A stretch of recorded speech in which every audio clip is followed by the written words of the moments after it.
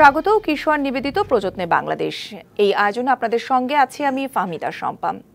রাজনীতিবিদদের কর্মকাণ্ড নিয়ে চুলচেরা বিশ্লেষণ, পাওয়া না পাওয়ার অভিযোগের তীর আর সমালোচনায় মুখর দেশের আমজনতা। তবে বাস্তবতা হচ্ছে এসব অভিযোগ নিয়ে রাজনীতিবিদদের কি জবাব, কি বা ভাবছেন তারা? জনগণের অভিযোগ ও ধারণার পরিপ্রেক্ষিতে রাজনীতিবিদরা সমাজ, দল, রাষ্ট্র, অর্থব্যবস্থা, শিক্ষা ব্যবস্থা সব কিছু নিয়ে কি ভাবছেন সেসব তুলে ধরব আমাদের এই আয়োজনে। একটি সুনির্দিষ্ট বিষয়ে দুটি ভিন্ন মত অথবা একই মত উঠে আসতে পারে আমাদের এই আলোচনাতে। আমাদের আজকের আলোচনার বিষয় সংকট কাটবে কিভাবে। আর আলোচনায় আমাদের সঙ্গে স্টুডিওতে উপস্থিত আছেন আওয়ামী লীগের সাংগঠনিক সম্পাদক অ্যাডভোকেট আফজাল হোসেন এবং বাংলাদেশের কমিউনিস্ট পার্টি সিপিবির সাধারণ সম্পাদক রুহিন হোসেন প্রিন্স। আপনাদের দুজনকেই স্বাগত জানাচ্ছি আমাদের আজকের এই আলোচনায়। আমি যদি আমার বাঁ পাশ থেকে রুহিন হোসেন প্রিন্স আপনাকে দিয়েই শুরু করি। সংকট তো আসলে বেশ কিছুদিন ধরেই চলছে, ঘনীভূত হয়েছে, কিছুটা কেটেছে। প্রশ্ন রাখতে চাই, জনমনের স্বস্তির কথা আমরা বলছিলাম, স্বস্তি ফিরতে শুরু করেছে, কিন্তু সংকট কি পুরোপুরি একেবারে কেটে গেছে? ধন্যবাদ আপনাকে। আমি অন্যতম আলোচক আফজাল হোসেনকে শুভেচ্ছা জানাচ্ছি এবং যারা শুনছেন তাদেরকেও ধন্যবাদ, শুভেচ্ছা জানাচ্ছি। আসলে আপনি শিরোনাম করেছেন সংকট কাটবে কবে। খুবই জরুরি জিজ্ঞাসা, বিশেষ করে সাধারণ মানুষের। এবং যদি বলেন যে এই জিজ্ঞাসাটা কিন্তু বাংলাদেশে অনেক দিন ধরে, হয়তো অনেক সময় সামনে আসে না, অনেক সময় সামনে আসে, কখন বেশি কম, এটাই। কিন্তু ঠিক যে মুহূর্তে এই কথাটা আমরা আলোচনা করছি, আপনি উত্থাপন করলেন, তা সেটা তো বলা যায় সাধারণ মানুষ সবারই প্রশ্ন। এবার আমার প্রথম প্রশ্ন, এখানে যদি বলেন এই প্রশ্নটা নিজেকে বা উপলব্ধির জায়গা থেকে, আসলে কি সংকট উপলব্ধি করছি? প্রথম প্রশ্ন। আচ্ছা, আমি এর উত্তরে যদি যাই যে হ্যাঁ, নিশ্চয়ই সংকট হয়তো নানা মাত্রা আছে, কিন্তু উপলব্ধি না করার কোনো কারণ নেই। এবার আর আমি খুব ছোটো ছোটো করেই বলি, তো ঠিক আছে, সংকট। তাহলে এই সংকটের যদি আমরা মাত্রা বলি যে এইবার কি হলো হচ্ছে সাধারণ ছাত্র সমাজ, তারা প্রধানত যেটা 2018 সালে কোটা সংস্কার প্রকৃতপক্ষে ছিল, শেষে তার এখানে বৈষম্য মুক্তর আন্দোলনটা সামনের দিকে আসলো। তাহলে এইটার একটা ব্যাপার হচ্ছে এই ছাত্র তাদের দাবিগুলো, সেটা যদি অর্জন হয়ে যায় তাহলে তো সংকট কেটে যাওয়ার কথা। এই ক্ষেত্রে আপনি দেখেন যে সেই সংকট না কেটে বরঞ্চ একটা ভয়াবহ রূপ ধারণ করলো। সেই ভয়াবহ রূপ ধারণ কি, এটা নতুন করে বলার অপেক্ষা রাখে না। আপনাদের মিডিয়া, পত্রপত্রিকা, আজকেও দেখলাম একটা পত্রিকায় লিখছে সর্বশেষ সম্ভবত 206 জনের হত্যার কথা এবং হাজারের উপরে আহত, এবং এই সময়ে গণগ্রেপ্তার 5,000-এর উপরে, এবং একটা ধ্বংসযজ্ঞের চিহ্নও রয়েছে। তার মানে হত্যাযজ্ঞ, ধ্বংসযজ্ঞ এবং এই ধরনের ঘটনাবলী, তার মানে একটা ভয়াবহ পরিস্থিতি, এবং এর অবসানটা হয় নাই। তাহলে ঘটে গেল দুইটা জিনিস থাকলো এখানে, একটা হচ্ছে ছাত্রদের যে আন্দোলন, যে বৈষম্য বিরোধী আন্দোলনেরটা, আর একটা হচ্ছে পরের সংকট। এবার একেবারে ছোট উত্তর, আপনি প্রথম সংকট যদি বলেন যে কোটার বিষয়টা, তাহলে একটা সমাধান হ্যাঁ সাধারণভাবে দেখা যাচ্ছে হলো, কিন্তু এটা কি হলো? আমার ব্যক্তিগত বিবেচনায় হলো না এই কারণ আমরা একজন রাজনৈতিক কর্মী হিসাবে ছাত্র আন্দোলন আমরাও করে আসছি। আসলে ভাষা উপলব্ধি করা দরকার। তা ভাষাটা কি, আমি বেশি দূরে না যেয়ে এইটুকু বলতে চাই, ছাত্রদের মধ্যে তার যেমন কোটা সংস্কারের দাবি ছিল, সে যে নানাভাবে বৈষম্যের শিকার, সেইটারও কথা কিন্তু ছিল। তার একটা উদাহরণ দিলে, আমি বেশি উদাহরণে যেতে চাই না, দুইটা উদাহরণ দিই। একটা হচ্ছে সরকারি তথ্যই বলছে 40% এই ধরনের লেখাপড়া জানা সার্টিফিকেটধারী যুবক, তারা কিন্তু নিষ্ক্রিয় হয়ে বসে আছে। আর একটা হচ্ছে হলগুলোতে মানসম্পন্ন নাই, হল কালচার, নানা ধরনের গেস্ট রুম কালচার, আমরা জানি এগুলো। তাহলে সেই সংকটের কি অবসান হলো? ওটা কিন্তু হলো না। কোটার যেটা করা হলো সে ব্যাপারে আমাদেরও কতগুলো দ্বিমত আছে, যেমন ধরেন নারী কোটা থাকা দরকার, আপনি প্রান্তিক জনগোষ্ঠীর জায়গা থাকা দরকার, ঠিক আছে, সে আলোচনা আজকে নাই বা করলাম, আদিবাসী আরও দরকার। তাহলে কিন্তু ওইটা না কেটে ওই যে বৈষম্য মুক্তের জায়গায় নতুন হলো। আরেকটা হচ্ছে পুরো সংকট, হত্যাযজ্ঞ, এই ঘটনার মধ্য দিয়ে এইটা আসলে এখন একটা প্রধান রাজনৈতিক সংকট। তো রাজনৈতিক সংকটে কি ঘটে, ছোট্ট দুইটা কথা বলি, শেষ করি। একটা ঘটে, রাজনৈতিক সংকটে যদি আমাদের উপলব্ধি থাকে তাহলে রাজনৈতিকভাবে মোকাবেলা করব। আর মোকাবেলা মানে কি, রাজনৈতিকভাবে কীভাবে সংকট সমাধান করা যায় তাই করব। আর যদি মনে করি রাজনৈতিক সংকটকে আমি গুরুত্ব দেব না, তাহলে শাসক গোষ্ঠীর যদি স্বৈরাচারী আচরণ হয়, কর্তৃত্ববাদী আচরণ হয়, তাহলে সে আরও নতুন নতুন সংকট তৈরি করবে। তা আমাদের বিবেচনায় এখন যে রাজনৈতিক সংকট, এই হত্যাযজ্ঞের দায় তারপরে এই যে আমাদের জাতীয় সম্পদ রাষ্ট্রীয় সম্পদ রক্ষণাবেক্ষণ করতে পারলো না, তার দায়। নরসিংদীর মতো জায়গায় একটা যে ন্যাক্কারজনক ঘটনা ঘটলো, এই দায় নিয়ে যে সরকার ক্ষমতায় আছে, ক্ষমতায় যদি সে থাকা অবস্থায় এটার কোনো সংকটের সমাধান হবে না, ক্ষমতা থেকে সরে যেতে হবে।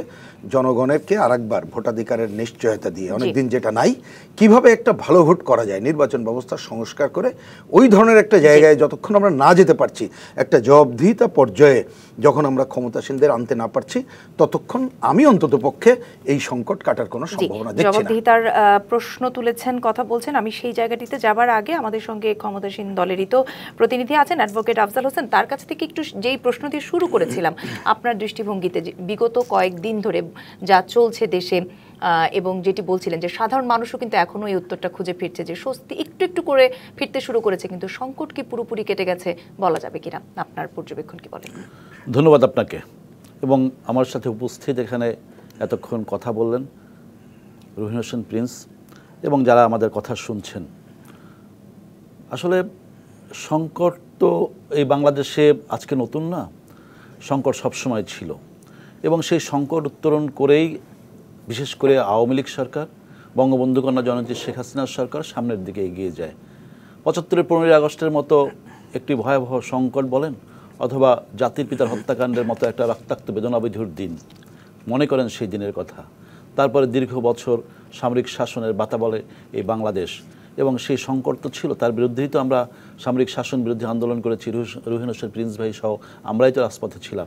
এবং এরপরে আপনারা দেখেন যে গণতান্ত্রিকভাবে নির্বাচিত সরকারকে হটানোর জন্য কিভাবে 21শে আগস্টের মতো ঘটনা প্রবাহ করা হয়। আবার দেখেন যে নির্বাচিত সরকার ক্ষমতায় আসার কয়েকদিনের মধ্যেই পিলখানার এমন একটা দুর্ঘটনা ঘটলো যেখানে একেবারে সরকারকে বসতেই দেবে না, এরকম একটা ষড়যন্ত্র। সুতরাং ষড়যন্ত্রের ডালপালা তো নতুন করে বিস্তৃত নয়।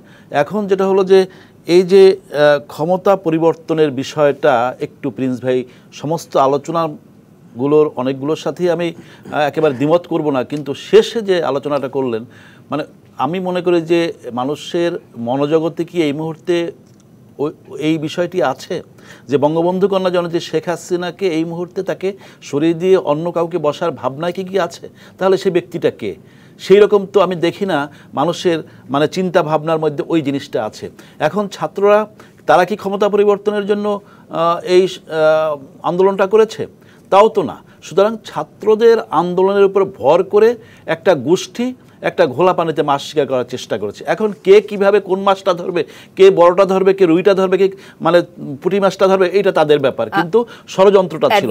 এখন জি, আমি সেই জায়গাতে যাব, যেহেতু আসলে আপনারা দায়িত্বে আছেন, ক্ষমতায় আছেন, তাই আপনাদের কাছে আসলে প্রশ্নগুলো একটু বেশিই থাকে, প্রত্যাশাটাও একটু বেশি থাকে। যেটি বলছিলেন যে স্বাধীনতার পর থেকে আমাদের দেশে অনেক ধরনের ষড়যন্ত্র হয়েছে এবং রাজনৈতিক দলগুলো সাধারণ মানুষকে সাথে নিয়ে কিন্তু সেগুলো প্রতিহত করে এই পর্যন্ত আমরা এসেছি 2024 পর্যন্ত।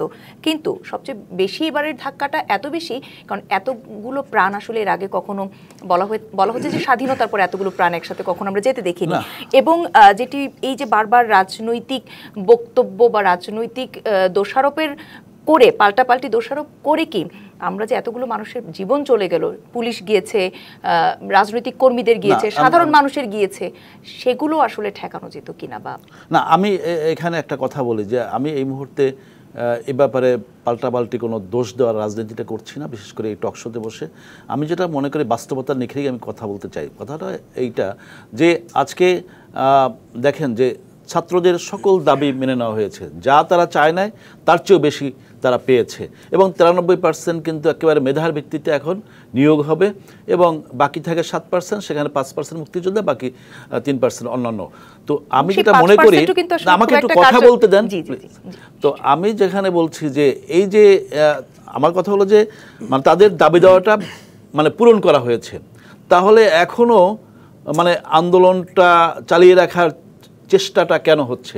তো আমি যেটা মনে করি যে এই যে রক্তপাত হয়েছে আমি অস্বীকার করব না, এবং মানুষ মৃত্যুবরণ করেছে, এবং বিশেষ করে মানুষের রক্তপাত, মৃত্যু, এগুলো মানে একজন রাজনৈতিক কর্মী হিসাবে আমি মনে করি যে এগুলো আমরা কখনোই কিন্তু সহ্য করতে পারি না। কারণ আমরা তো রক্তপাত রক্তের মাধ্যমে ক্ষমতা পরিবর্তন হোক, অথবা বাংলাদেশে এইরকম একটা পরিবেশ তৈরি হোক, মা তার সন্তান হারাক, অথবা ভাই তার ভাইকে হারাক, অথবা এক ভাই আর এক ভাইয়ের বিরুদ্ধে রাস্তায় নামুক, এইরকম পরিস্থিতি আমরা কখনো প্রত্যাশা করি না, হওয়া উচিত না। কিন্তু বাস্তবতা হলো যে এইরকম ঘটনাগুলো ঘটেছে, একটার পর একটা দৃশ্যপট এমন খুব তাড়াতাড়ি পাল্টিয়েছে যে অনেক কিছুই কিন্তু হতভম্ব হয়ে গিয়েছি আমরা।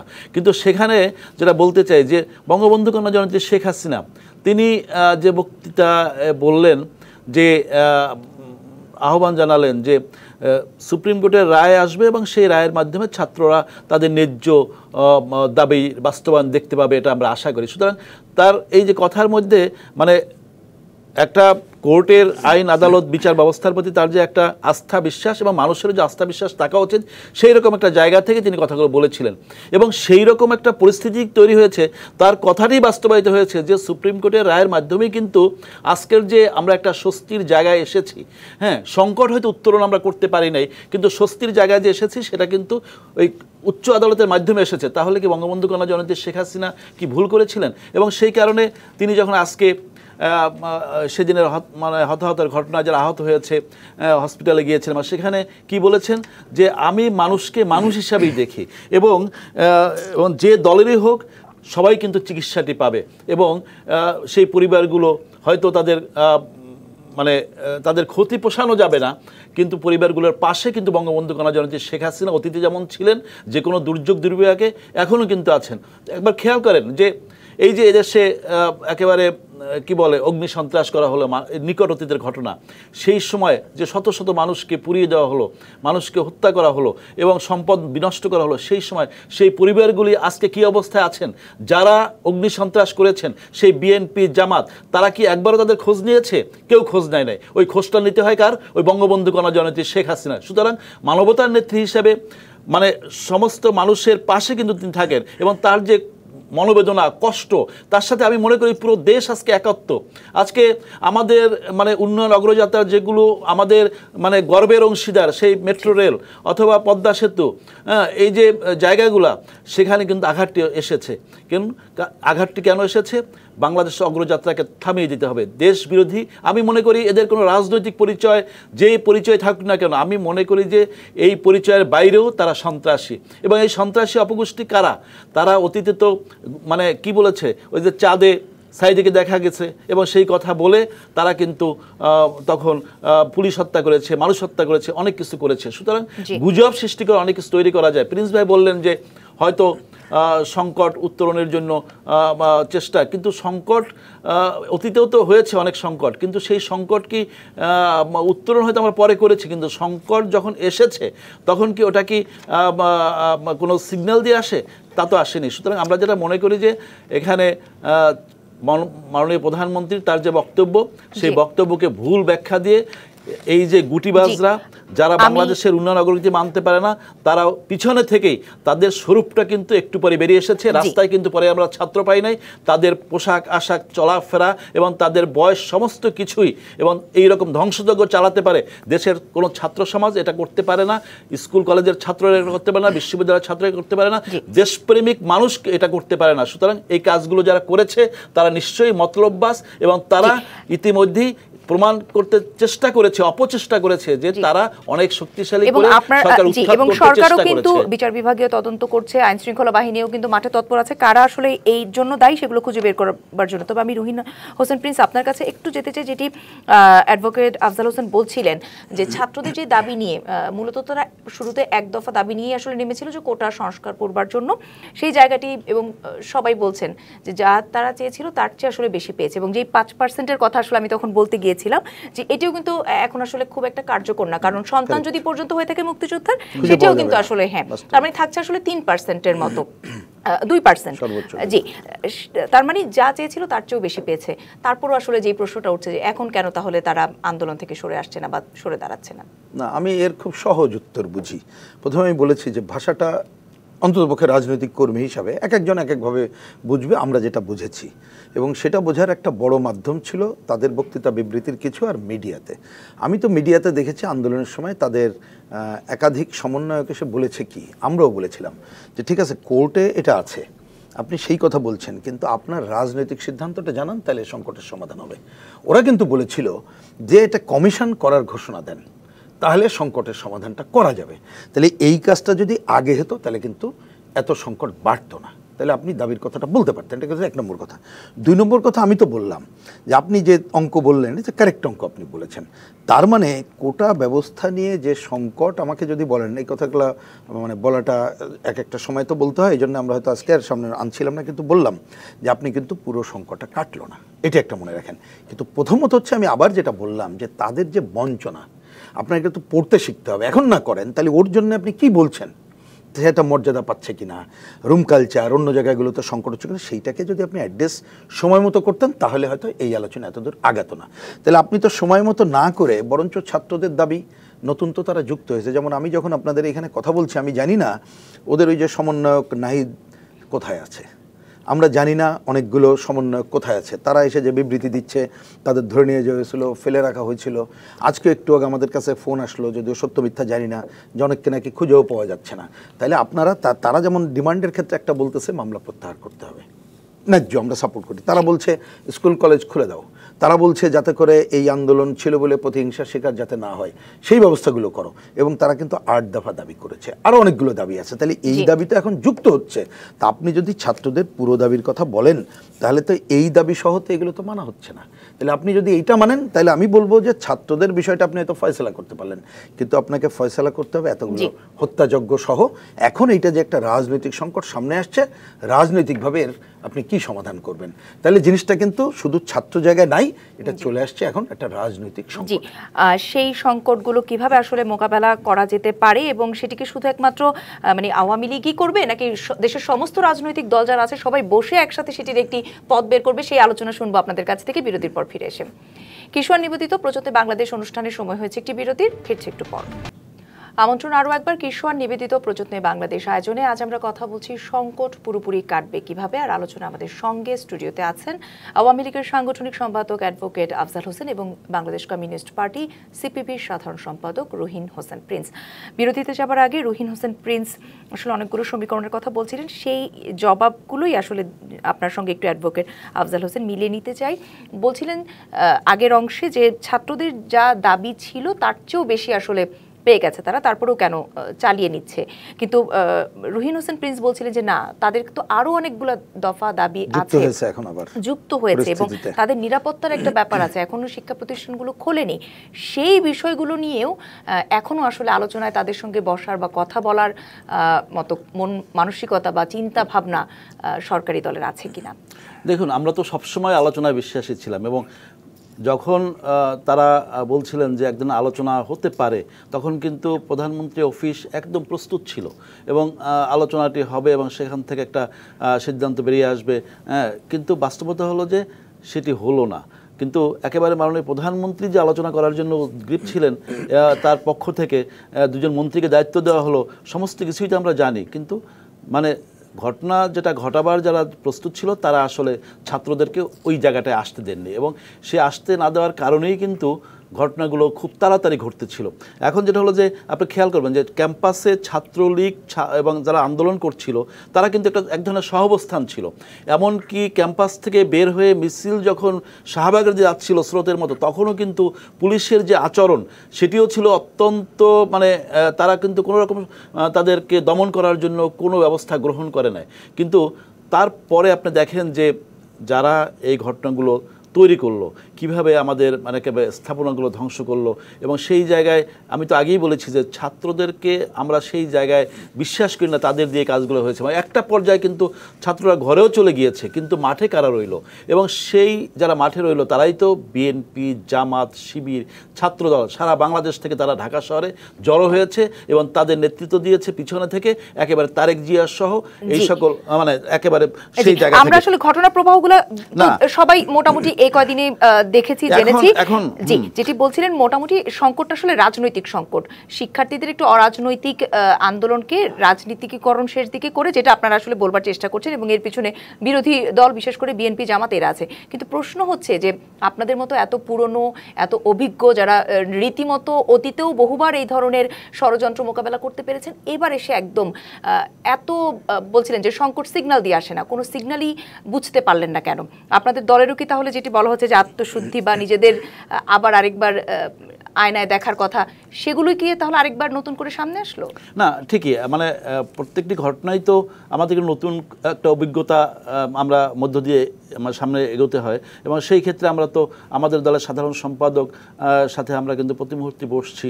মাননীয় প্রধানমন্ত্রী বঙ্গবন্ধু কন্যা জননেত্রী শেখ হাসিনা তিনি আমাদের নির্দেশনা দিচ্ছেন, এবং জাতি কোন দিকে মানে কোনভাবে আমাদের কাজ করতে হবে সেভাবে তিনি কথা বলছেন। কিন্তু আমি যেটা মনে করি যে এখন যেটা হলো যে স্বস্তিটা ফিরিয়ে আনতে হবে, মানুষের পাশে থাকতে হবে, এবং সেই কারণে আমরা কিন্তু এই মুহূর্তে মানুষকে খাদ্যদ্রব্য সহায়তা করছি। কারণ এই সংকটের কারণে কিন্তু অনেকেই কাজ হারিয়েছে।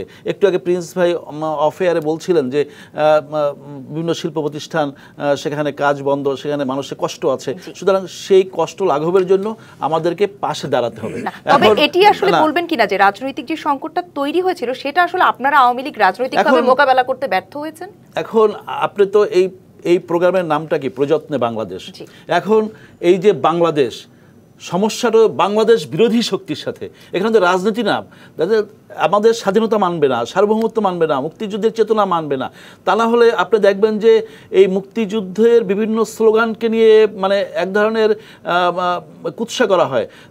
মুক্তিযুদ্ধের স্লোগান কি ছিল? তুমি কে আমি কে বাঙালি বাঙালি। কিন্তু সেখানে তো এই স্লোগান আসার কথা না। এই স্লোগান এই ছাত্রদের মুখে কে ধরিয়ে দিল?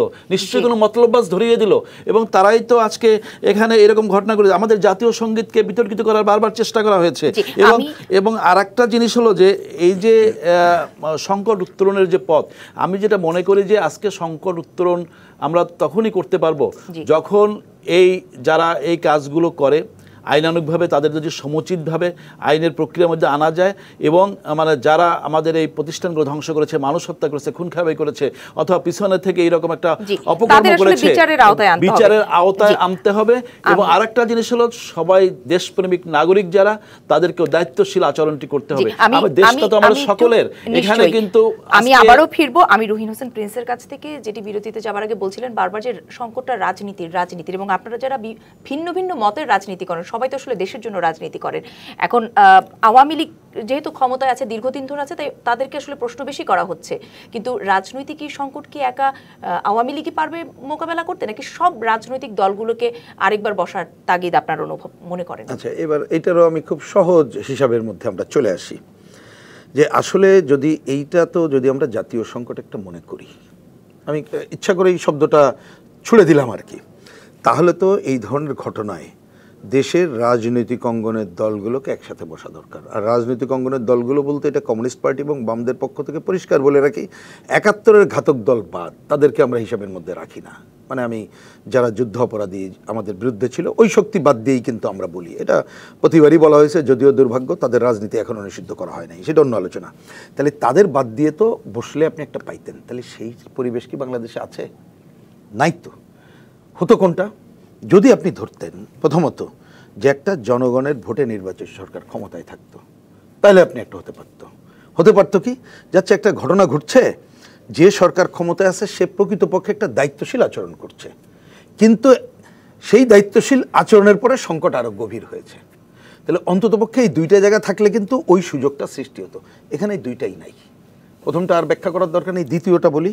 হ্যাঁ, এখানে আপনি দেখেন আমরা কিন্তু যে সময় এই আন্দোলনটা চলছিল ছাত্রদের, এই সময় কিন্তু বাংলাদেশে একটা জিনিসপত্রের দামের ভয়াবহ অবস্থা, দুর্নীতি লুটপাটের ভয়াবহ চিত্র বেড়ে আসছিল পত্রিকার কারণে। এবং আমাদের সরকার প্রধান তিনি তো বললেন যে তেনার বাড়ির কাজের লোক নাকি 400 কোটি টাকার মালিক, আর তো বলার দরকার হয় না, এবং তাকে জেলে না দিয়ে উনি নাকি চাকরিচ্যুত করেছেন, যেটা বললেন তার মানে ভয়াবহ। বিদেশে পাচারের কথা সরকারি দলের সাবেক মন্ত্রীরাও বলছেন যে কি পরিমাণ টাকা পাচার হয়, খেলাফি ঋণ এই পরিমাণ বেড়ে গেছে, ব্যাংকদের অবস্থা খারাপ, এবং অর্থনৈতিকভাবে যে খারাপ অবস্থা কেউ অস্বীকার করছে না। তাহলে আপনি এই ধরনের একটা ভয়াবহ সংকটের মুহূর্তে এই সংকটকে এখানে ঠিকই আফজাল হোসেন তো ঠিকই বলেছে, প্রথম দিকে যখন এটা হলো তখন তো আমরা দেখলাম সরকারি দলের ছাত্র সংগঠন একই পুলিশ ভাইদের যে পজিটিভ যে ভূমিকাকে নিয়ে অনেকে কোশ্চেন করতে পারে না, কিন্তু যখন হলো অমুক সংগঠন রুখে দাঁড়াবে, পুরো সিনারিও পাল্টে গেল। জিনিসগুলোকে তখন আবার একটা হত্যাকাণ্ড সংগঠিত হয়ে গেল। তারপরে হলো যে তদন্তের কথা এখানে আসলো, পক্ষ যতদিন সহিষ্ণুতা দেখিয়েছিল হঠাৎ করে সব পক্ষ এই না, সেটা হলো তো এই দায়িত্ব তো তাহলে সরকারের যে ক্ষমতায় আছে। আমি বললাম যে একটু মাইন্ডসেটটা পাল্টায় দেন। ধরেন আওয়ামী লীগ ক্ষমতায় নাই, অন্য কেউ ক্ষমতায় আছে, হ্যাঁ, তাহলে আপনি কি করতেন? তাহলে তো দায় তো আপনাকেই নিতে হবে, তো দায় তো আপনার। তাহলে আপনি এই দায়ে, এবং বললাম যে ওই ধরনের একটা গ্রহণযোগ্য নির্বাচিত সরকার হিসাবে মনে করে না, তাহলে আপনাকে প্রথমত এই সংকট সমাধান যেমন আপনি দ্রুততার সাথে করবেন, যে কথাগুলো আসছে এখন। ধরেন এই যে কালকে আজকে আসাম উপজেলা থেকে ফোন করলো যে ভাই এই যে 5,000-এর উপর এখানে আরও বেশি গ্রেপ্তার একটা বাণিজ্য শুরু হয়ে গেছে নানা ধরনের। তাহলে আপনাকে সেই জায়গায় যেমন কাজ করতে হবে, একই সাথে রাজনৈতিক সমাধানের জন্যে, যাতে করে যেহেতু একটা নির্বাচিত সরকার ওই ধরনের জনগণের গ্রহণযোগ্য নাই, সেই জায়গায় আপনি নির্বাচন ব্যবস্থা সংস্কার করে, শব্দটা কমিউনিস্ট পার্টির পরিষ্কার বক্তব্য, যাতে করে সবার অংশগ্রহণ নিশ্চিত করতে চাই, সেই জায়গায় যেতে হবে। তার আগে বলতে হবে এই দায় দায়িত্ব নিয়ে আমি ক্ষমতা থেকে সরে দাঁড়াচ্ছি, তাহলে আপনি সংকটের সমাধানের দিকে এক পা আগাতে পারবেন। দেন আপনি যে কথাগুলো বলছেন তখন এই যে একসাথে বসার প্রশ্ন তারপরে আসবে। দেশের ভেতরের সংকট যেমন আছে, ঠিক তেমনি ভাবে আরো একটি সংকট কিন্তু এই মুহূর্তে আমরা ফেস করছি, সেটি হচ্ছে দেশের বাইরে আমাদের যে ভাবমূর্তির ব্যাপারগুলো, সেটা সেই সংকটকে কিভাবে আমরা সামাল দিতে পারি, বা এই যে যা ঘটে গেল বিগত কয়েকদিনে, তাতে করে বাইরের কাছে আমাদের কি ভাবমূর্তি তৈরি হলো, আপনাদের দুজনের কাছ থেকেই শুনবো। তবে একটি বিরতির পর ফিরে এসে কিশোর নিবেদিত প্রযত্নে বাংলাদেশ অনুষ্ঠানের সময় হচ্ছে আরো একটি বিরতির, ফিরছে একটু পর, সঙ্গেই থাকুন। আমন্ত্রণ আরো একবার কিশোর নিবেদিত প্রযত্নে বাংলাদেশ আয়োজনে। কথা বলছি সংকট পুরোপুরি কাটবে কিভাবে, সাথে আছে অ্যাডভোকেট আফজাল হোসেন এবং রুহিন হোসেন প্রিন্স। আফজাল হোসেন, এবার যদি আপনাকে কাছে যেটি বলছিলাম, অভ্যন্তরীণ দেশের সংকটের কথা তখন আমরা আলোচনা করছিলাম, স্বস্তি ফিরতে শুরু করেছে, সংকট এখন আসলে পুরোপুরি কাটেনি, কিন্তু নতুন আরেকটি সংকট আমরা দেখতে পাচ্ছি। বহির্বিশ্বে বাংলাদেশের যে ঘটনাগুলোকে বিভিন্নভাবে পোর্ট্রেট করার বা তুলে ধরার চেষ্টা করা হচ্ছে, যাতে করে বাংলাদেশের আসলে লাভ হচ্ছে না ক্ষতি হচ্ছে, কি বলবেন এই বিষয়ে?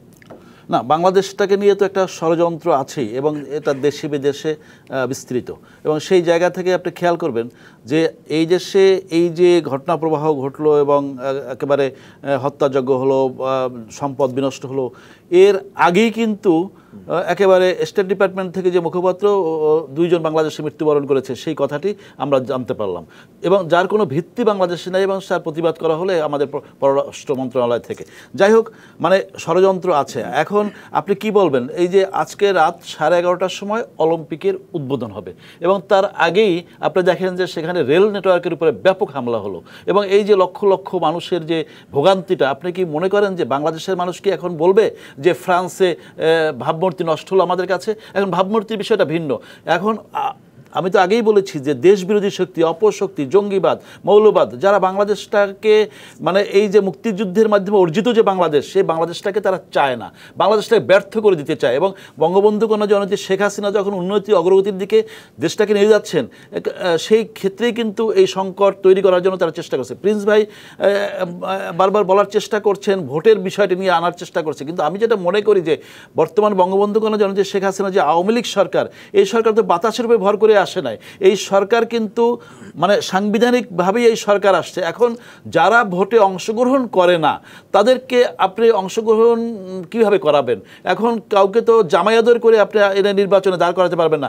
যাক, সে প্রশ্ন। আমি যেটা বলতে চাই যে দুর্নীতি, বাংলাদেশে যে দুর্নীতির বরপুত্র তারেক জিয়া ছিল, এবং সেই দুর্নীতি আমি মনে করি যে বাংলাদেশ থেকে একেবারেই শতভাগ নিশ্চিহ্ন হয়ে যায় না। দুর্নীতি সমাজে আছে, কিন্তু সেখানে দুর্নীতির ব্যাপারে সরকারের অবস্থান কি?